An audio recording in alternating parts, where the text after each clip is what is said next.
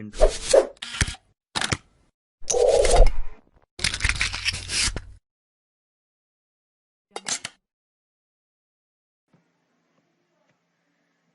Assalamualaikum warahmatullahi wabarakatuh. Halo teman-teman semuanya. Saya Cindy Anggilestari dari Pendidikan Kimia Universitas Muhammadiyah Semarang. Pada kesempatan kali ini kita akan sama-sama belajar tentang ikatan kimia.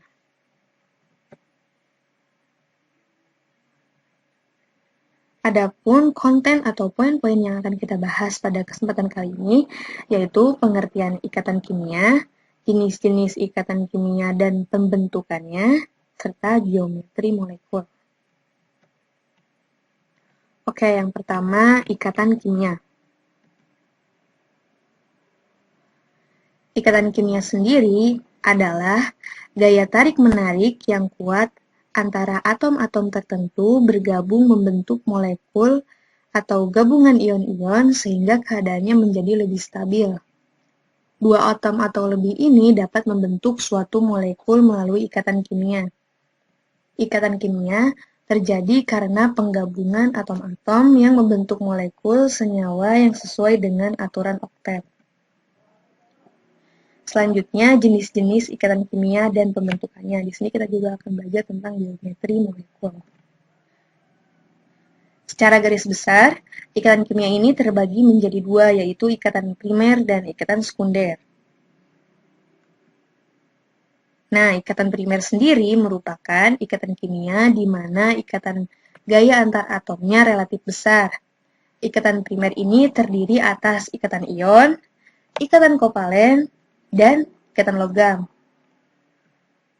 Oke, ini masih di ikatan primer. Yang pertama tentang ikatan ion. Ada beberapa definisi tentang ikatan ion. Yang pertama, bahwa ikatan ion adalah ikatan yang terjadi akibat gaya tarik-menarik antara ion positif dan ion negatif. Ikatan ion terjadi antara unsur logam dengan unsur non-logam. Ikatan ion terjadi karena adanya serah terima elektron dari satu atom ke atom yang lainnya. Ikatan ion ini sangat stabil, khususnya bila menyangkut ion bervalensi ganda. Ciri-ciri senyawa ionik, yang pertama mempunyai titik didih dan titik leleh yang tinggi. Yang kedua, gaya tarik-menarik antar partikelnya sangat kuat. Dan yang ketiga, tidak dapat menghantarkan listrik karena ion-ion berada dalam kristal sulit bergerak. Contoh pembentukan ikatan ion. Misalnya pada NaCl, menghasilkan NaCl. Natrium tergolong unsur logam dengan energi ionisasi yang relatif rendah, artinya mudah lepas elektron. Nah, di lain pihak, klorin ini adalah unsur non-logam dengan daya tarik elektron yang relatif besar. Artinya, klorin ini mempunyai kecenderungan besar untuk menarik elektron. Ketika natrium direaksikan dengan klorin, nah klorin ini akan menarik elektron dari natrium. Sehingga natrium akan berubah menjadi ion positif atau Na+, sedangkan klorin berubah menjadi ion negatif atau Cl-. Nah, ion-ion tersebut kemudian mengalami tarik-menarik karena gaya Coulomb sehingga membentuk NaCl. Selanjutnya, rumus kimia senyawa ion. Nah, sesuai dengan aturan oktet, atom natrium ini akan melepas satu elektron. Ini masih di NaCl ya. Sedangkan atom klorin ini akan menyerap satu elektron. Jadi setiap satu atom klorin membutuhkan satu atom natrium. Nah, akan tetapi tidak bisa diartikan bahwa satu ion Na+ hanya terikat pada satu ion Cl-. Nah, dalam kristal NaCl, setiap atom Na+ dikelilingi oleh 6 ion Cl-. Dan setiap ion Cl- dikelilingi oleh 6 ion Na+. Dalam suatu struktur 3 dimensi, dia akan membentuk seperti kubus. Rumus kimia NaCl ini adalah rumus empiris yang menyatakan bahwa perbandingan ion Na+ dan Cl- adalah 1:1. Selanjutnya, masih di ikatan primer, yang kedua yaitu ikatan kovalen. Nah, ikatan kovalen ini memiliki beberapa definisi juga.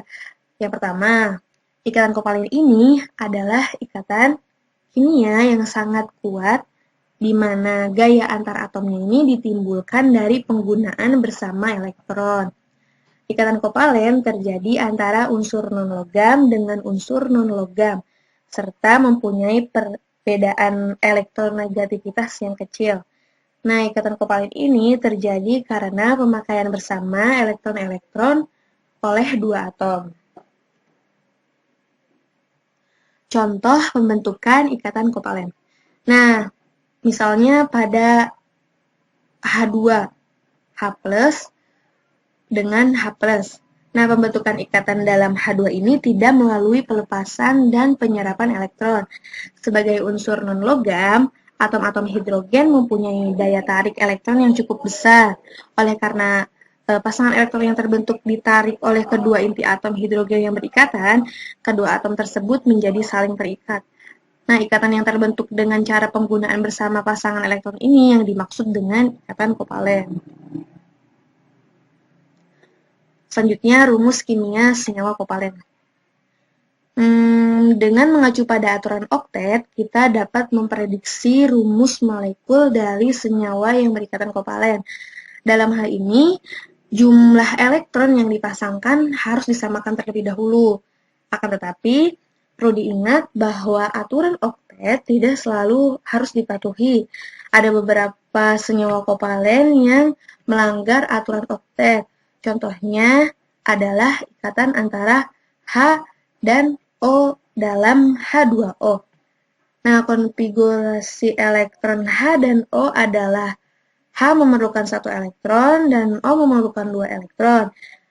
Agar atom O dan H ini mengikuti kaidah oktet, jumlah atom H yang diberikan harus menjadi 2, sedangkan atom O adalah 1, sehingga rumus molekul senyawanya adalah H2O. Bisa dilihat di sana bahwa ada pasangan elektron yang berikatan antara H2O. Selanjutnya, berkaitan dengan ikatan kovalen, kita juga harus paham nih apa itu struktur Lewis dan bagaimana. Nah, kenapa kita harus paham struktur Lewis? Karena struktur Lewis ini adalah diagram yang menunjukkan ikatan-ikatan antar atom dalam suatu molekul. Struktur Lewis ini digunakan untuk menggambarkan ikatan kovalen dan ikatan kovalen koordinat. Sehingga kita harus paham nih bagaimana struktur Lewis itu. Cara-cara atom saling mengikat dalam suatu molekul ini dinyatakan dengan rumus bangun atau rumus struktur. Nah, rumus struktur ini diperoleh dari rumus Lewis. Setiap pasangan elektron ikatan pada rumus Lewis ini digambarkan sepotong garis. Untuk lebih jelas penjelasannya, kita lihat pada tabel di bawah.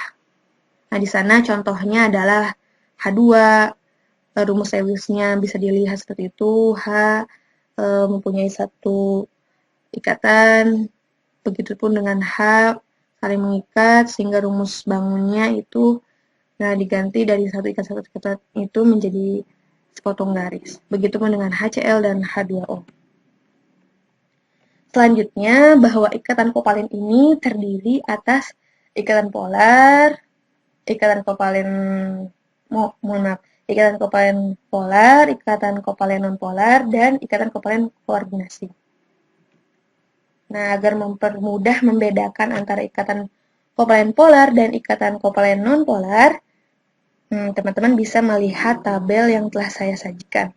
Di sana dapat terlihat perbedaannya bahwa pada ikatan kovalen polar, dia larut dalam air, sedangkan pada kovalen nonpolar tidak larut dalam air.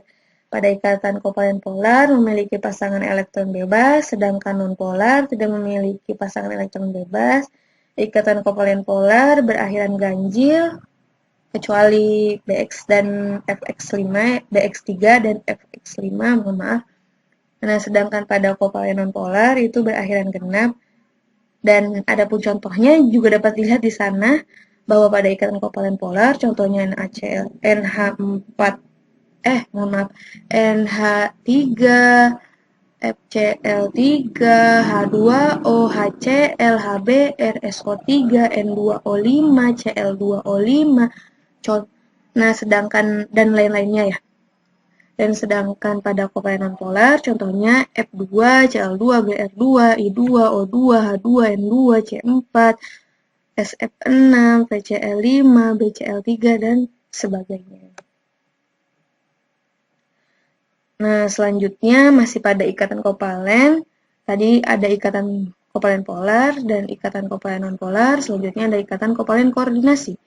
Nah, ikatan kovalen koordinasi ini adalah ikatan kovalen yang terbentuk dari pemakaian bersama elektron yang hanya disumbangkan oleh satu atom, sedangkan atom yang lainnya tidak menyumbangkan elektron. Nah, ikatan ini dapat terjadi jika atom penyumbang memiliki pasangan elektron bebas atau PEB. Contoh ikatan kovalen koordinasi adalah pada amonia atau NH3 yang bereaksi dengan baron triklorida atau BCl3, membentuk senyawa NH3BCl3. Nah, selanjutnya masih di ikatan primer, yang ketiga yaitu ikatan logam. Kalau yang pertama tadi ikatan ion, yang kedua ikatan kovalen, selanjutnya ikatan logam. Nah, ada beberapa definisi tentang ikatan logam. Yang pertama, bahwa ikatan logam adalah suatu kekuatan utama yang menyatukan atom-atom logam. Ikatan logam adalah ikatan kimia di mana gaya antar atomnya terbentuk karena penggunaan elektron bersama-sama tetapi tanpa memiliki arah yang tertentu. Nah, ikatan logam merupakan akibat dari adanya tarik-menarik muatan positif dari logam dan muatan negatif dari elektron yang bergerak bebas.